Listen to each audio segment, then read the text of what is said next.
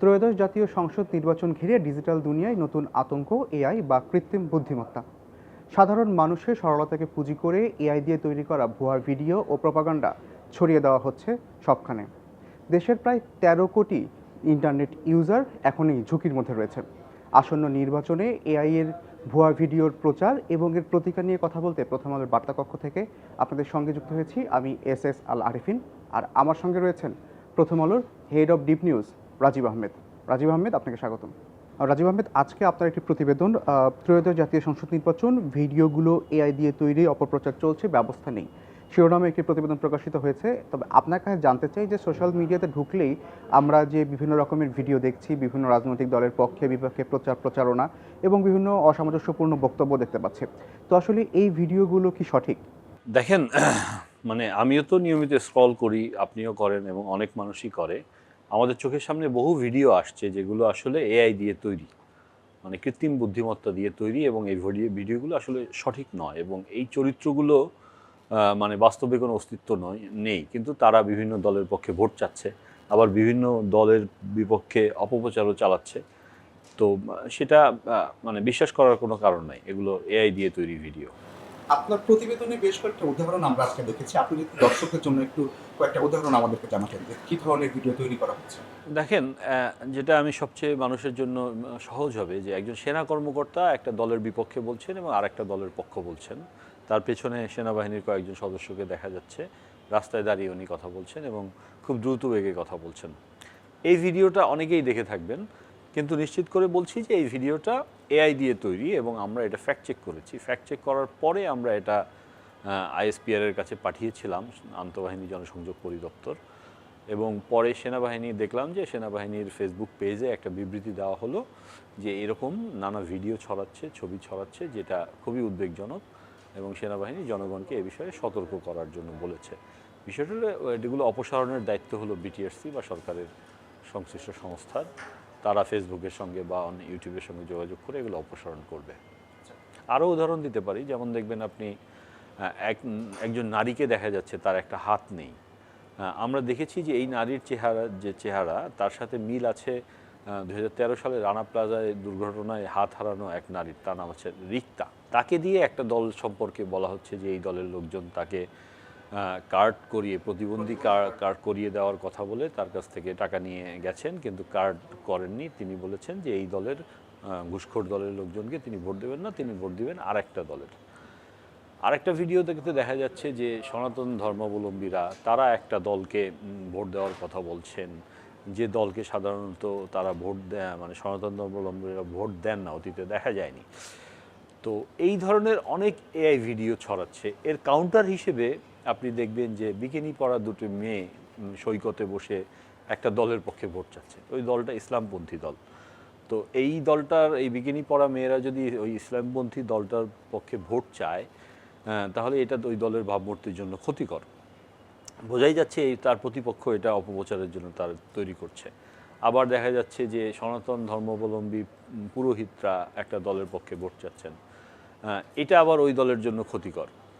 এরকম অনেক প্রচারমূলক এবং অপপ্রচারমূলক দুই ধরনের ভিডিও কিন্তু ফেসবুকে বা ইউটিউবে দেখা যাচ্ছে। জি, তার মানে একদিকে আপনি বলছেন যে যেমন কাল্পনিক অনেক চরিত্র আছে, আবার অনেক বাস্তব চরিত্রকে তারা আসলে এআই হ্যাঁ, এআই ব্যবহার করে নকল করছে। যেমন হাসনাত আবদুল্লাহ এবং সার্জিস আলম, যে আপনি জানেন যে এনসিপির দুই নেতা এবং তারা প্রার্থী হয়েছেন, তাদের খালি গায়ের একটা তারা নাচছেন এবং তার ভিতরে অনেক কথা বলা হচ্ছে, গান হচ্ছে, সেই ভিডিওটাও কিন্তু ছড়িয়েছে, যেটা আসলে এআই দিয়ে তৈরি। এটা কিন্তু ওনার জন্য মানহানিকর, হেয় করার মতো বিষয়। তো এই ধরনের আরও অনেক কন্টেন্ট, মানে ব্যক্তির যে চরিত্রগুলো আমাদের পরিচিত তাদেরকে দিয়েও এ ধরনের এআই ভিডিও তৈরি করা হচ্ছে। আমাদের দেশে তো একটা বড় সংখ্যক মানুষ সোশ্যাল মিডিয়া ব্যবহার করছে প্রতিনিয়ত, কিন্তু তারা আসলে এই যে কোনটা এআই দিয়ে তৈরি ভিডিও, কোনটা আসল ভিডিও, এগুলোর পার্থক্য আসলে তারা কিভাবে নির্ণয় করতে পারে?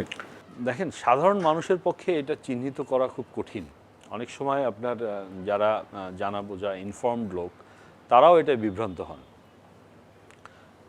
হন। যেমন কিছুদিন আগে প্রেসিডেন্ট ক্লিনটনের একটা ভিডিও, একটা বক্তৃতা দেওয়ার একটা ভিডিও আসছে, এবং সেটা আমাকে পাঠিয়েছেন একজন গুরুত্বপূর্ণ ব্যক্তি, যিনি আসলে বুঝতে পারেন নাই যে এটা আসলে এআই দিয়ে তৈরি। তার কণ্ঠটাও একেবারে ক্লিনটনের কণ্ঠই।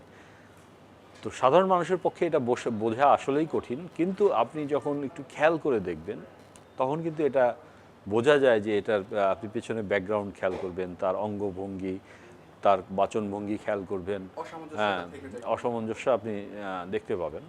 আরেকটা দিক হলো এটা কিভাবে এগুলো পরীক্ষা করতে হয়, এআই ভিডিও কিনা, সেটা অনেক সফটওয়্যার আছে, অনেক ওয়েবসাইট আছে। আপনি ওই ভিডিওটা ওখানে যদি দেন, ওরা বলে দিবে এটা এআই দিয়ে তৈরি কিনা।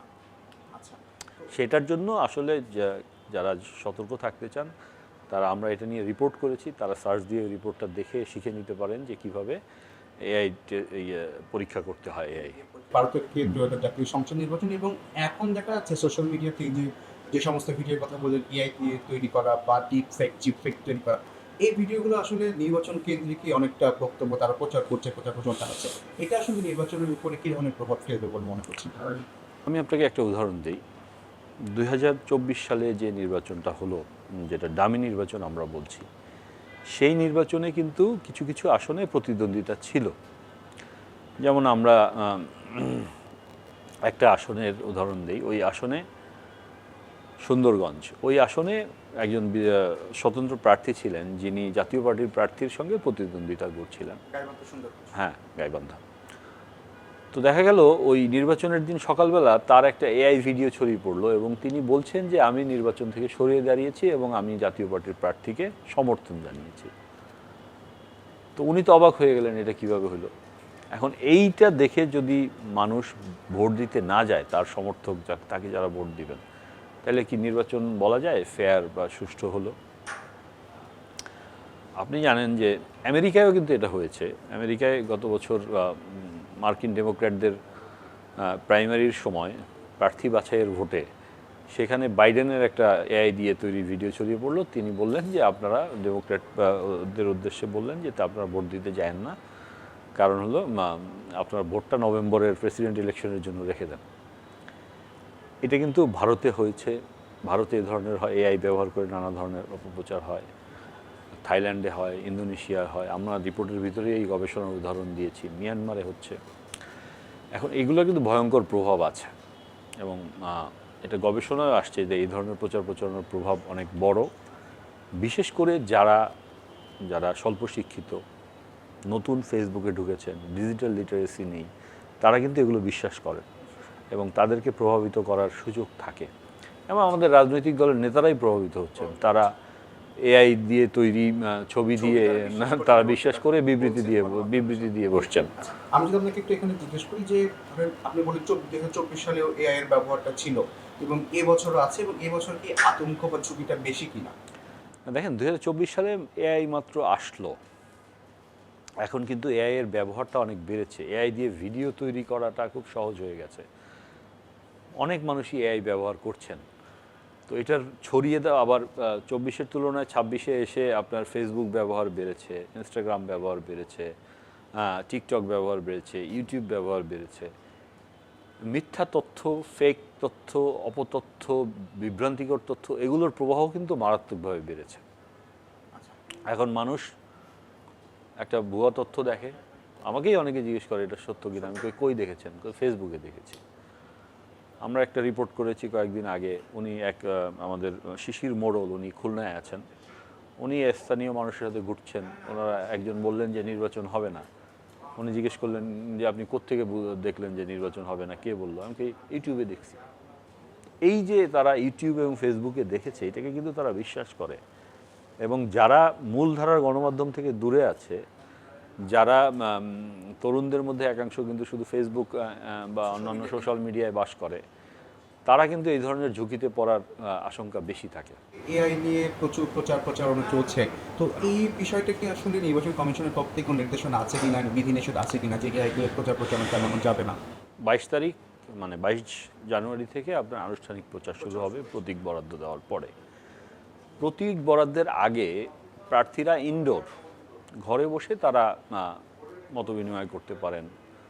উনি বলতে পারেন আমি প্রার্থী হয়েছি, কিন্তু কোনো প্রতীকে ভোট চাইতে পারেন না। তাহলে এআই দিয়ে কি আপনি ইউটিউবে, ফেসবুকে কি এই ধরনের ভিডিও ছেড়ে প্রচার চালাতে পারবেন? এ বিষয়ে আমরা নির্বাচন কমিশনের নির্বাচন বিশেষজ্ঞ আব্দুল আলিমের কাছে জিজ্ঞেস করেছিলাম। উনি বলেছেন এটা আসলে আইনে সুস্পষ্ট উল্লেখ নেই। একটা হলো প্রচার আর একটা হলো অপপ্রচার। অপপ্রচারটা কিন্তু বিভ্রান্তিকর, মিথ্যা তথ্য দেওয়া, অপপ্রচার চালানো, এটা কিন্তু সবসময় নিষিদ্ধ। আর যেটা বলছি প্রচার, সেটা নিষিদ্ধ কিনা, সেটা কিন্তু নিষিদ্ধ কিনা ফেসবুকে, ইউটিউবে এটা কিন্তু আইনে স্পষ্টভাবে বলা নেই। তো আব্দুল আলিম বললেন যে এইসব ক্ষেত্রে ভারতের নির্বাচন কমিশন বা অন্যান্য দেশের, পাকিস্তানের নির্বাচন কমিশন, অন্যান্য দেশের নির্বাচন কমিশন তাৎক্ষণিকভাবে তারা একটা ব্যবস্থা নেয়, তারা বিভিন্ন বিধিমালা জারি করে বা নিয়ম জারি করে, প্রজ্ঞাপন জারি করে। কিন্তু আমাদের নির্বাচন কমিশনের এরকম কোনো আমরা আলোচনা দেখছি না। কালকে একটা একজন রাজনৈতিক দলের নেতার সঙ্গে কথা বলছিলাম। উনি বলেছেন যে ওনারা একাধিকবার এই বিষয়টা নির্বাচন কমিশনের কাছে তুলেছেন। নির্বাচন কমিশন তাদের কাছে বলেছেন যে তাদের কাছে আসলে এক্সপার্টাইজ নাই। এক্সপার্টাইজ না থাকার ফলে যে কী হচ্ছে আমরা দেখতে পাচ্ছি। তারপরে আমরা জানতে চাইলাম যে এটা আসলে ব্যবস্থা নেওয়ার কার কথা। প্রেস উইংয়ের সাথে যোগাযোগ করলাম। প্রেস উইং বললো যে এটা আসলে দায়িত্ব দেওয়া হয়েছে প্রধান উপদেষ্টার বিশেষ সহকারী ফয়েজ আহমেদ তৈয়ব সাহেবকে। তো তৈয়ব সাহেব আমাদেরকে যেটা বলেছেন যে ওনারা একটা 4টা ইমেল খুলেছেন এবং সেখানে অভিযোগ নিচ্ছেন, অভিযোগ জানালে ওরা পদক্ষেপ নিচ্ছেন। কিন্তু রাজনৈতিক দল এবং অন্যান্য বিশেষজ্ঞ যারা আছে তাদের সঙ্গে আমরা কথা বলছি, ওনারা বলছেন যে আসলে ওনারা কোনো পদক্ষেপ দেখছেন না। এবং আপনাকে বলি, সেনাবাহিনীর মতো একটা ইনস্টিটিউশন বাংলাদেশের, এটা খুবই সংবেদনশীল। তাদের যে এআই দিয়ে তৈরি ভিডিওটা, তাদের একজন সেনা পোশাকে এক ব্যক্তির, সেটা কিন্তু এখনও রয়ে গেছে, এখনও হাজার হাজার মানুষ দেখছে। 5 দিন কিন্তু হয়ে গেল। তাহলে নির্বাচন কমিশন সবার আগে যদি অপসারণ করতে হয় তাহলে তো ওইটা অপসারণ করতে হবে, কিন্তু করে নাই। তো আমরা দেখতে পাচ্ছি সেটা রয়ে গেছে। আমরা দেখলাম যে সেই ভিডিওগুলোতে প্রায় লাখ লাখ 10 লাখ 15 লাখ মানুষ সেগুলো দেখছে। এটা তো একটা পেজ থেকে, এই ভিডিও তো আরও অনেক পেজে শেয়ার হচ্ছে, সেখান থেকে কত ভিউ হচ্ছে, কত মানুষের কাছে পৌঁছাচ্ছে আমরা কিন্তু আসলে জানি না। নির্বাচন ঘিরে এই ধরনের অপপ্রচার এবং প্রপাগান্ডার প্রচার প্রসার নিয়ে আসলে সরকারের পক্ষ থেকে বা নির্বাচন কমিশনের পক্ষ থেকে কী ধরনের উদ্যোগ নেওয়া হচ্ছে? যেটা বলছিলাম, আসলে কোনো পদক্ষেপ দেখছি না। দেখার পরে আমরা বলতে পারবো। ভিতরে ভিতরে তারা কিছু করছেন বলে আমরা জানি না, কিন্তু তারা কিছু করলে তো রাজনৈতিক দলের নেতারা জানতেন। আমরা গণমাধ্যম কর্মীরা বিভিন্ন সূত্রে জানতে পারতাম, কিন্তু সেটাও আমরা কিন্তু দেখছি না। ধন্যবাদ রাজীব আহমেদ আমাদেরকে সময় দেওয়ার জন্য। দর্শক, কথা বলছিলাম এআই দিয়ে তৈরি ভিডিও, এর অপপ্রচার এবং এর ব্যবস্থা গ্রহণ প্রসঙ্গে। আমরা আবার হাজির হব নতুন কোনো বিষয় নিয়ে, নতুন কোনো সহকর্মীর সঙ্গে। সে পর্যন্ত ভালো থাকুন, নিরাপদে থাকুন আর প্রথম আলোর সঙ্গে থাকুন।